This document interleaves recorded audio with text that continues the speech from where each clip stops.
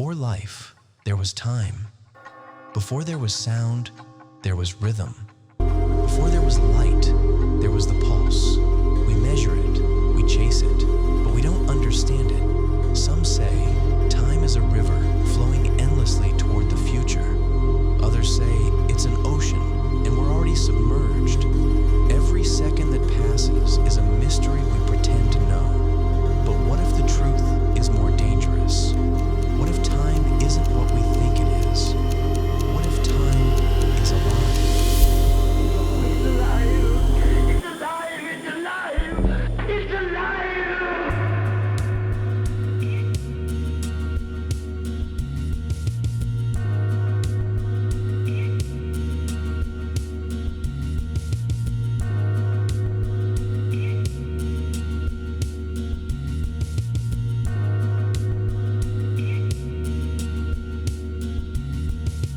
I'm in time to understand what is going on here. What's going on? Trying to puzzle all pieces together to understand. Then I understand. So many wars and battles between us. It's alright. I guess it's okay. In the end, it's the way that we plan to ascend. Anyway, it's really anyway. Einstein didn't invent time travel. He just proved it exists. Time slows when you move fast. It bends under gravity's weight. Astronauts orbiting Earth age a little slower than we do, their hearts beating in slightly different universes. That's not fantasy, it's measured fact. The reason? Time dilation. Einstein's theory of relativity revealed that the universe is woven together by something called space-time, a kind of fabric that can bend and stretch. When that fabric is warped by matter or energy, time itself slows down. That's gravitational time dilation. Since Earth's gravity bends space-time, time runs slightly slower here than it does in open space. So if you floated far from Earth's gravity, you'd actually age faster than someone back home. And because gravity is stronger closer to the ground, your feet are technically younger than your head. Someone at sea level ages a little slower than someone living high on a mountain, though the difference is so tiny, you'd never notice it. There's another effect too, velocity time dilation, where the faster you move, the slower time passes for you. The universe already allows us to slip forward in time, just not far enough to notice. Going back though, that's where the equations turn strange. Physicists whisper about wormholes, tunnels through the fabric of space-time, and about closed time-like curves, loops that let a traveler return to the moment before he left. But such portals would demand something we don't yet have: negative energy, exotic matter, a power bordering on divine. Stephen Hawking suspected that nature itself guards the timeline, a chronology protection, keeping reality from tearing apart. Maybe that's not just physics. Maybe that's design. Beyond the equations are the stories.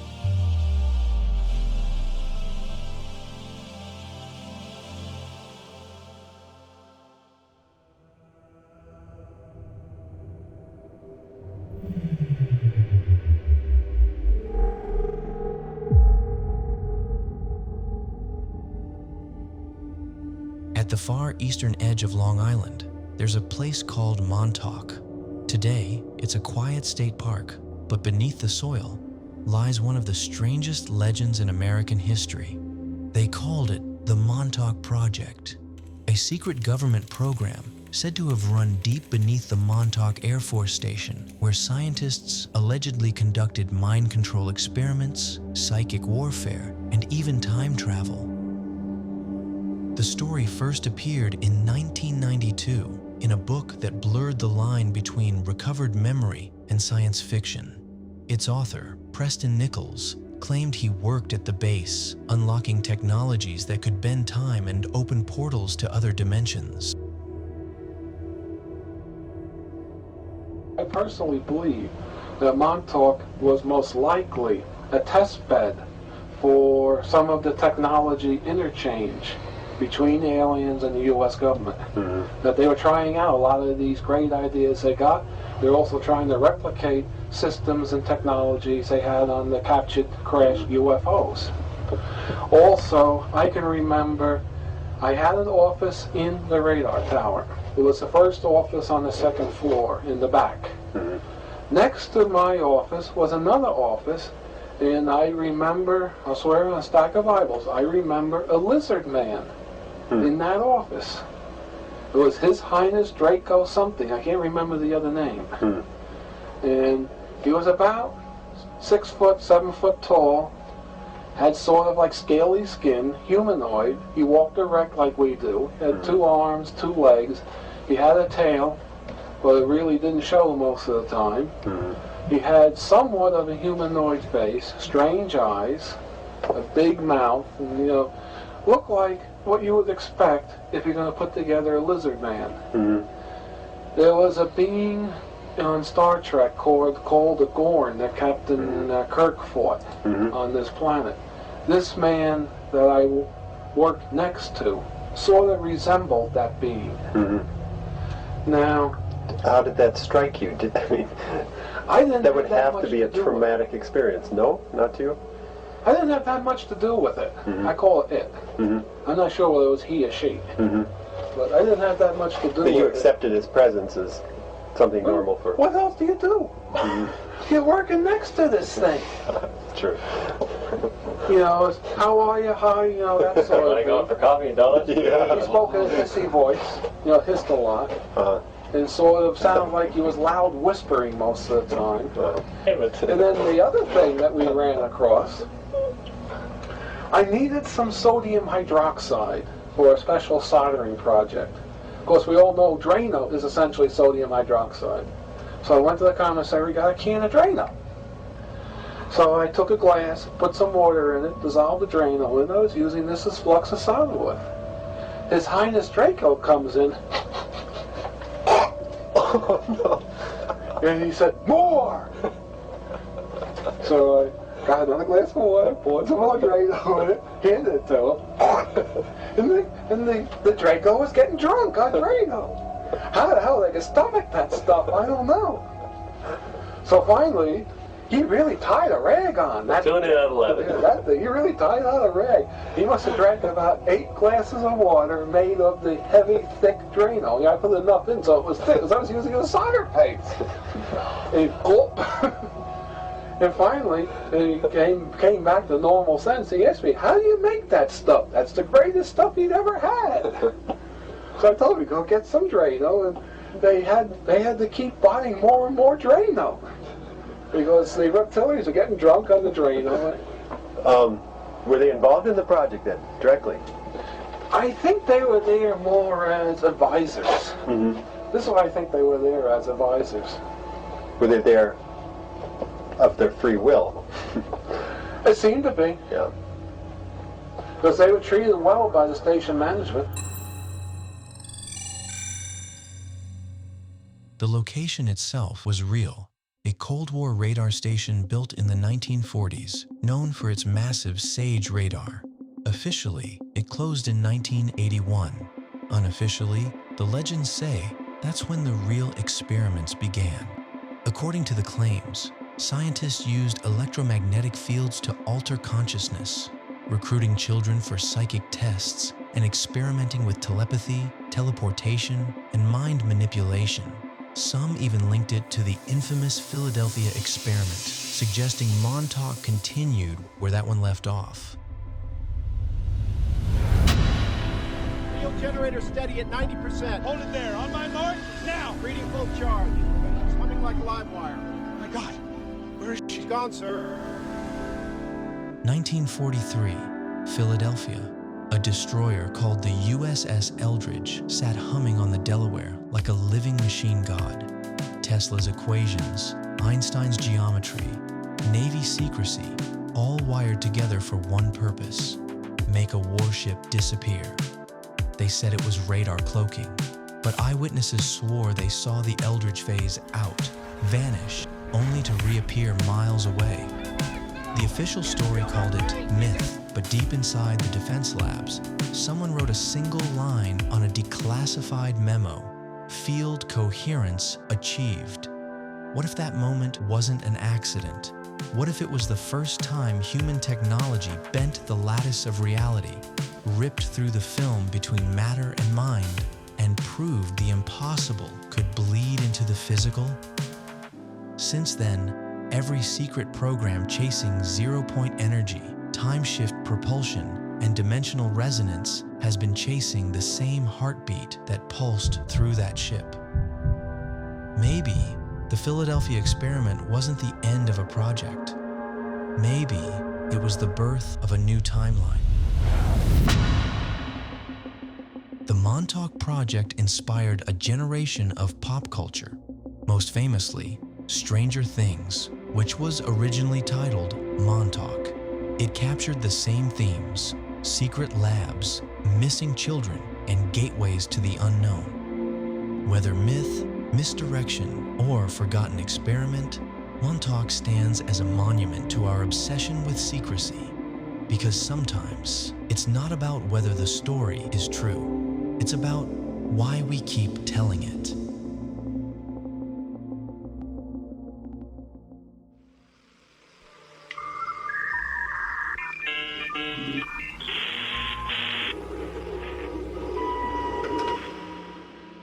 In the early days of the internet, long before social media ruled our minds, a stranger appeared on message boards across America. He called himself John Titor. He said he was a soldier sent from the year 2036. His mission: to retrieve an IBM 5100, a computer from 1975, because, in his timeline, it was the only machine capable of debugging legacy systems after a worldwide digital collapse. At the time, no one believed him, but years later, IBM engineers quietly admitted the 5100 did contain hidden diagnostic functions, ones only a handful of insiders ever knew existed. He described a future America torn apart by civil conflict, where states broke away from the Union, and a second American Civil War erupted between urban and rural factions. He said the year 2008 would be a turning point when political division would ignite the downfall of unity.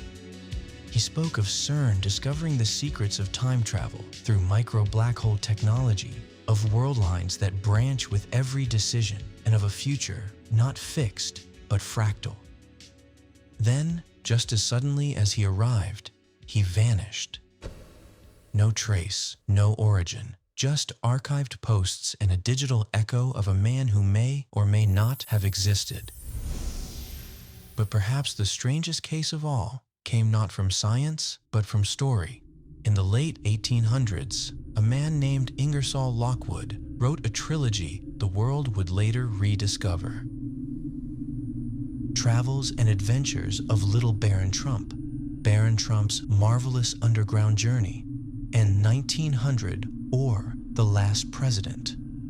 Each one told of a boy named Baron Trump, guided by a mentor called Don, who finds hidden portals inside the Earth and journeys through parallel worlds. In his final book, America riots after the election of a populist outsider president who lives in a tower on Fifth Avenue, written more than a century before our time, yet eerily familiar. Coincidence? Because Ingersoll Lockwood didn't come from nowhere. He was born into a military bloodline. His father, Munson, was a lawyer, militia general, civic leader, and former warden of Sing Sing prison. Through that lineage, the Lockwoods stood close to the early command networks that would one day evolve into the Office of Naval Intelligence, America's first intelligence arm, the ancestor of the CIA. Ingersoll Lockwood studied law but first served as a diplomat. In 1862, Abraham Lincoln appointed him U.S. Consul to the Kingdom of Hanover, making him the youngest member of the U.S. Consular Service at the time. After 4 years, he returned to New York City and practiced law. Ingersoll grew up inside that current of secrecy and experiment, a lawyer, a diplomat, a man who moved easily between government, science, and art. So, what if his novels weren't fantasy? What if they were transmissions, coded visions of a future glimpsed through time, hidden in the only form the public would accept, a children's tale? Maybe imagination and prophecy are one and the same, the universe speaking to itself through human hands, because the language of imagination is the frequency of time. What if the real time machine is already built, not out of metal, but out of mind? Neuroscience has discovered something extraordinary.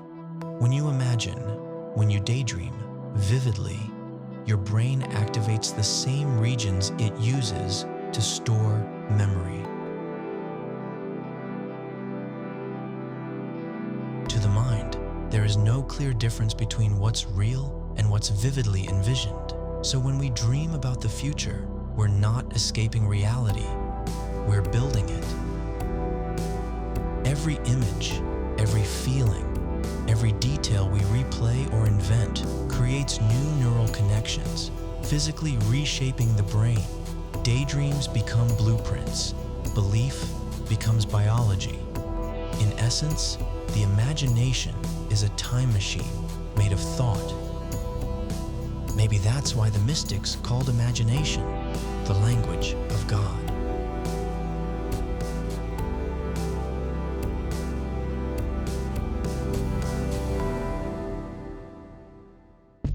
Now this is where things get quantum. In the early 1800s, scientists ran a simple experiment, one that should have been ordinary, predictable, harmless. They fired particles of light through two narrow slits in a metal plate, expecting the universe to behave like it always had. But it didn't. When no one measured the path, the photons didn't act like particles at all. They spread out like waves everywhere at once, as if reality itself remained undecided, as if the universe was keeping its options open. But the moment a detector was added, the moment someone or something tried to know, everything changed. The wave of possibilities collapsed. The photon chose a single path. Reality locked into place. This is where the experiment takes a turn almost no one talks about. Why did the collapse happen? Was it just the detector, a piece of machinery interacting with the particle? Or was it the act of observation itself? 100 years later, quantum physicists still can't agree. Some insist it's all just interaction, nothing mysterious. But others, including some of the pioneers of quantum theory, dared to suggest something different. They believed consciousness might play a role, that awareness could influence which version of reality becomes real, that the universe doesn't fully decide until someone is there to notice. No experiment has been able to settle the debate. No one has been able to close the case. In the deepest layers of quantum physics, one question still lingers unanswered and unsettling. Does reality crystallize because it is measured, or because it is noticed? And if it's the latter, what does that say about the power of our minds? Are we far more powerful than we think?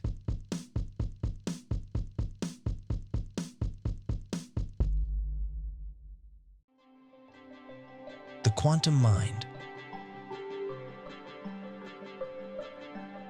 Einstein said, "Imagination is more important than knowledge."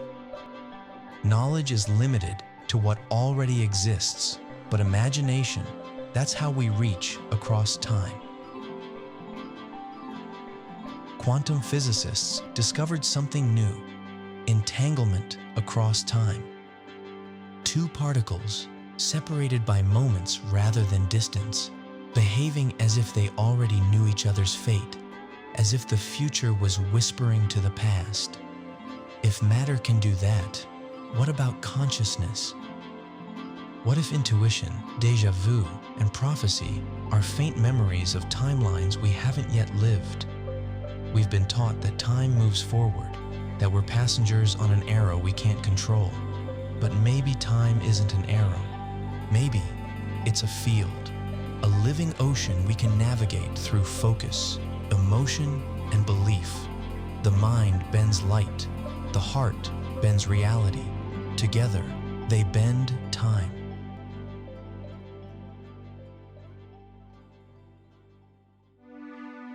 The paradox of God and man.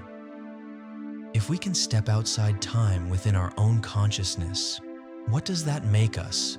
Observers, creators, or fragments of something timeless observing itself?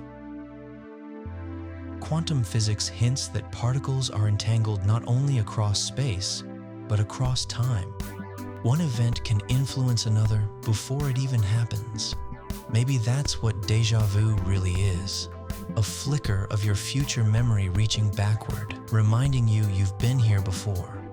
Every dream is a ripple in space-time. Every prayer, a signal sent across dimensions. And every time we imagine a better world, somewhere, somehow, it already begins to exist. Stephen Hawking proposed that the universe guards the timeline to prevent paradox.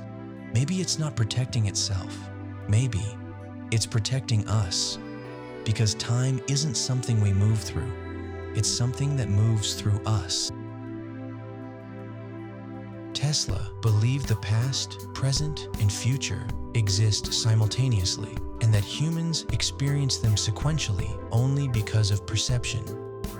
During his experiments, Tesla said intense electromagnetic fields altered his consciousness.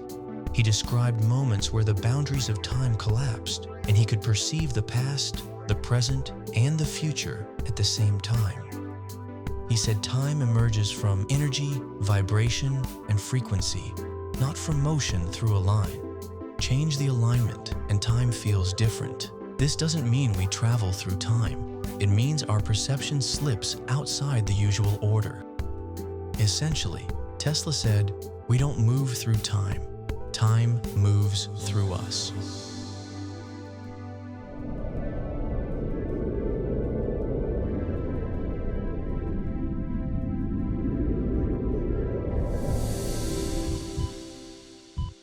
In recent years, neuroscientists studying dying patients made a chilling discovery.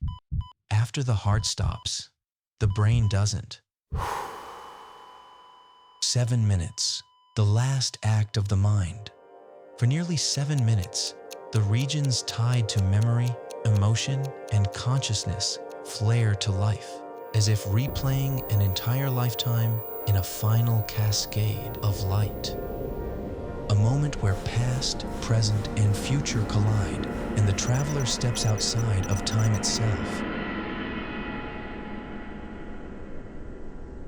Maybe that's not the end. Maybe that's the return. Maybe the moment we die is the moment we finally remember who we've always been. Because even death, it seems, is just another form of time travel.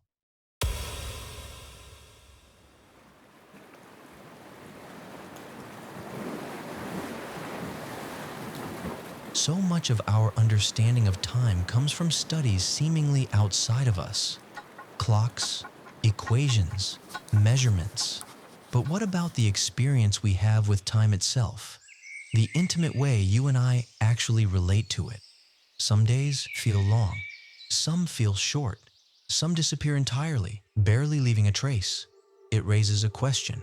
What if the way we experience time has been shaped or distorted by lives lived in constant chaos, and we simply never knew? What if the absence of structure wasn't just inconvenient, but quietly overwhelming our nervous systems?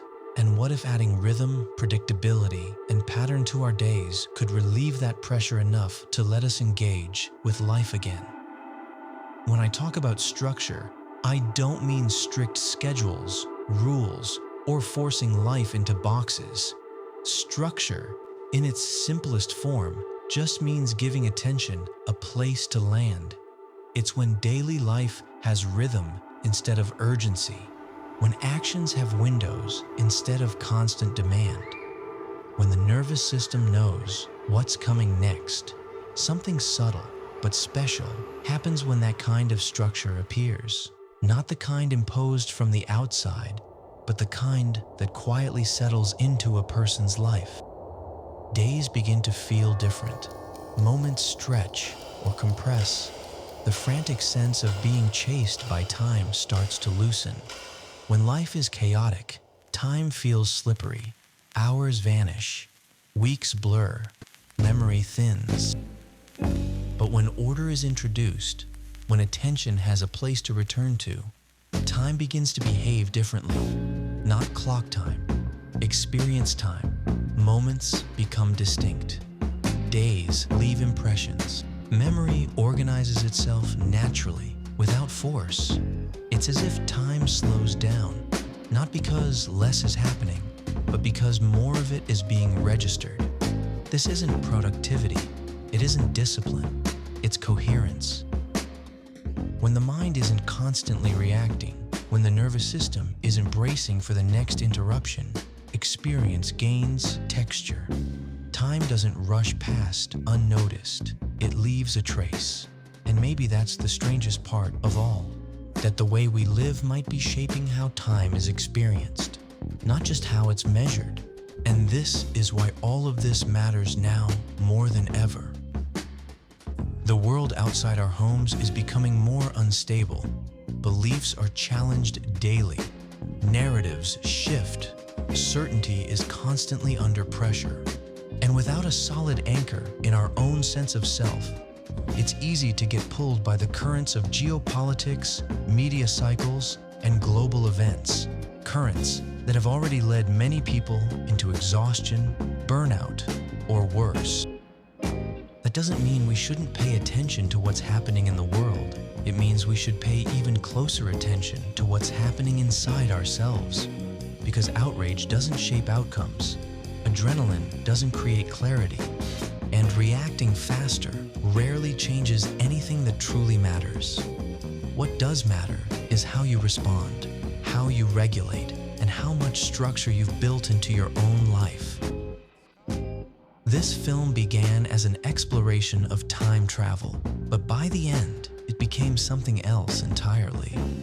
It aligned with a body of work that I was already forming, one centered around clarity. Because clarity is what we all seek.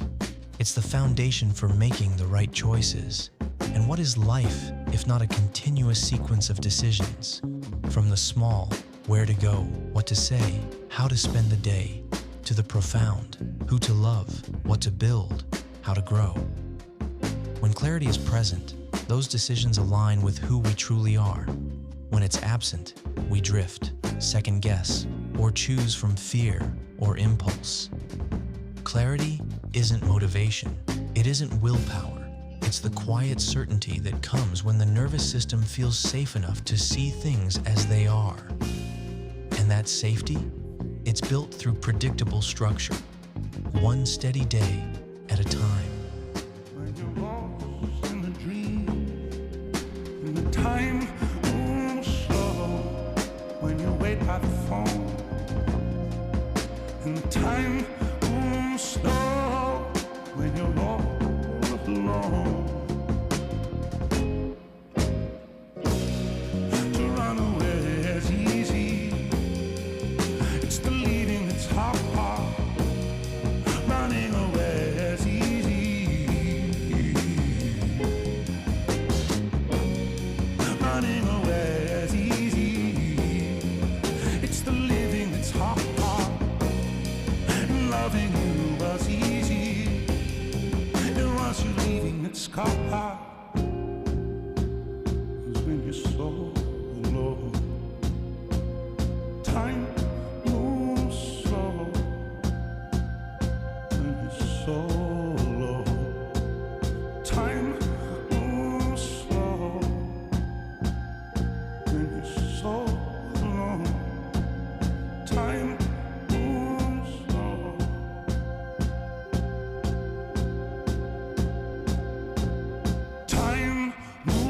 slow.